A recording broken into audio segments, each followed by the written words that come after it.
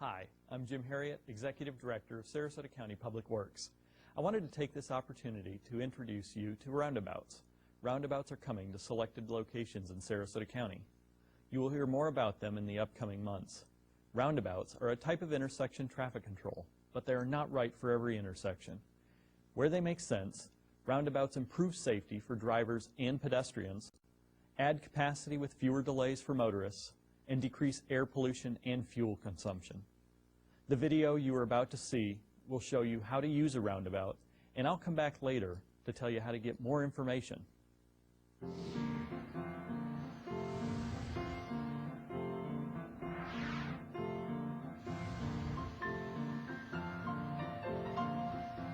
Modern roundabouts have proven significantly more effective at maintaining traffic flow and reducing serious injury accidents compared to conventional intersections.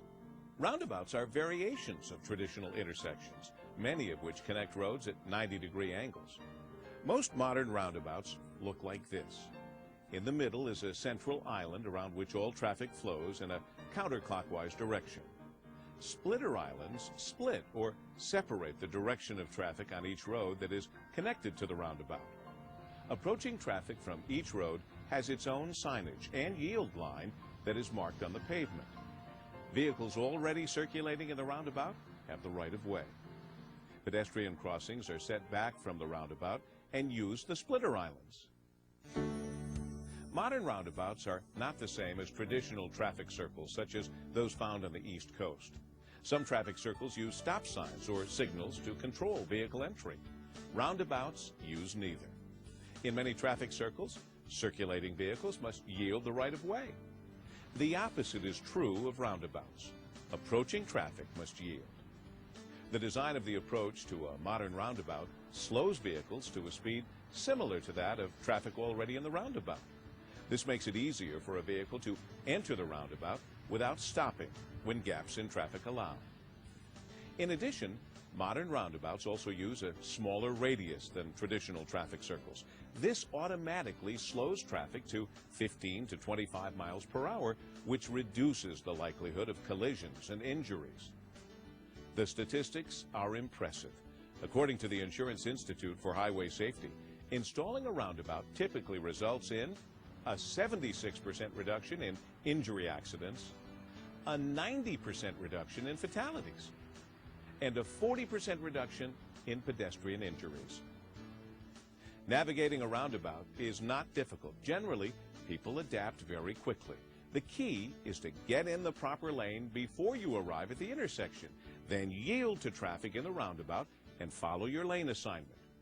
Here's how it works. If you approach a roundabout in the right lane of two lanes, you have two options, as indicated by this sign. You can either make an immediate right turn, or you can go straight. To make a right turn, move to the right lane well before entering the roundabout. Remember to yield to traffic in the roundabout. When it is safe, enter the outside lane of the roundabout. Activate your turn signal and complete your turn, being sure to remain in your lane. You may also use the approaching right lane to go straight through the roundabout. Enter the outside lane of the roundabout. Go past the first turn and complete your maneuver. The left lane allows for three options: going straight, making a left turn, and executing a U-turn. To go straight, enter the far left or inside lane of the roundabout. When you reach the opposite side, exit while remaining in your lane.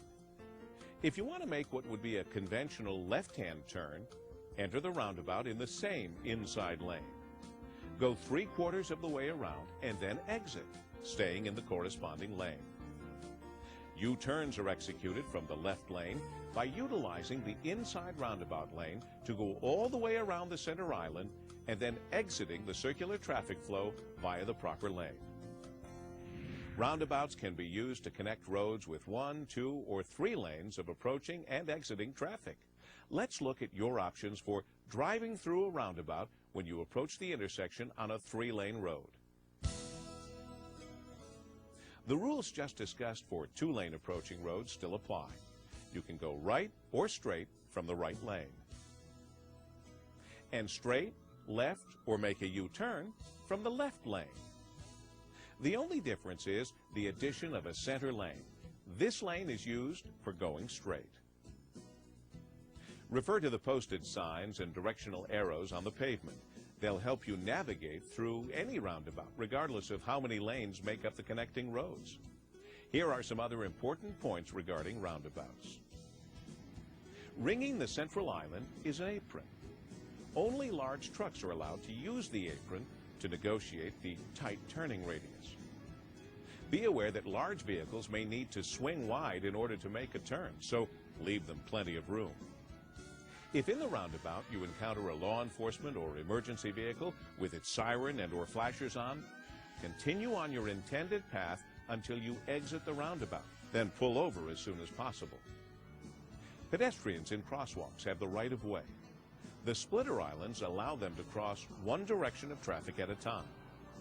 Additionally, pedestrians cross 1 to 2 car lengths behind the yield line. This prevents conflicts between pedestrians and cars as they enter the roundabout. As a result, roundabouts offer improved safety for pedestrians versus conventional intersections. Pedestrians should not walk in the roundabout.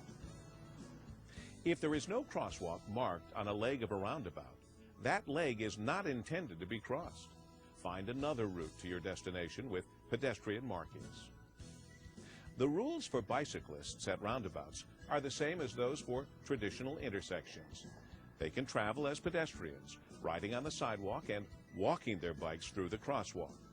Or they can ride through the roundabout, following the same rules of the road as motorized vehicles.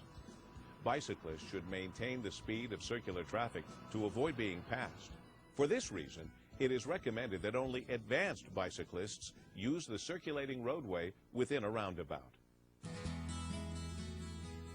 Roundabouts offer many benefits over traditional intersections. They are safer for motorists, pedestrians, and bicyclists. They're better at moving higher volumes of traffic. And because entering a roundabout usually requires very little waiting, vehicles spend less time idling and thus emit less pollutants. These reminders will help make adapting to roundabouts a little easier. Select the proper lane before entering a roundabout. Posted signs and pavement markings will help you decide. Yield to pedestrians and bicyclists in crosswalks. When entering, always yield to vehicles in the roundabout. Traffic flows to the right or counterclockwise. Follow your lane assignment as indicated by the pavement markings. Do not pass or stop in a roundabout.